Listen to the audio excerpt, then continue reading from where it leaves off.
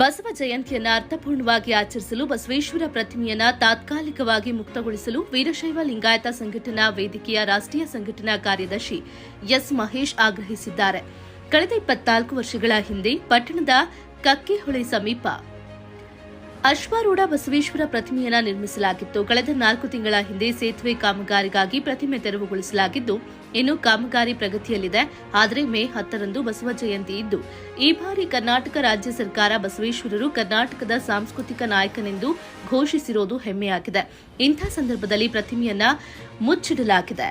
ಬಸವ ಜಯಂತಿಯ ದಿನವಾದರೂ ಅದನ್ನು ತಾತ್ಕಾಲಿಕವಾಗಿ ಮುಕ್ತಗೊಳಿಸಿ ಮಾಲಾರ್ಪಣೆ ಹಾಗೂ ಪುಷ್ಪಾರ್ಚನೆಯೊಂದಿಗೆ ಗೌರವ ಸಲ್ಲಿಸಲು ಅವಕಾಶ ಕಲ್ಪಿಸಬೇಕು ಅಂತ ತಹಸೀಲ್ದಾರ್ ನವೀನ್ ಕುಮಾರ್ ಅವರಿಗೆ ಮನವಿ ಸಲ್ಲಿಸಿ ಚರ್ಚಿಸಿದರು.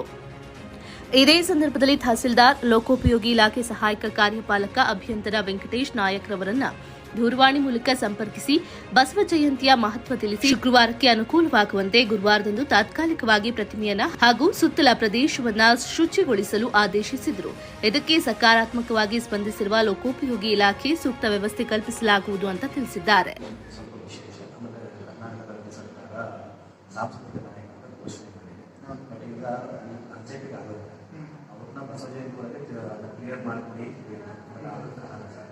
ಅವತ್ತಿನ ದಿವಸ ನಮಗೆ ಸ್ಟ್ಯಾಚ್ಯೂನ ನೀಟಾಗಿ ಇಟ್ಕೊಂಡು ಅವತ್ತಿನ ಸ್ವಲ್ಪ ಕ್ಲೀನ್ ಮಾಡಿ ಗಾರ್ಡನ್ ಮಾಡೋದು ತಾಲೂಕು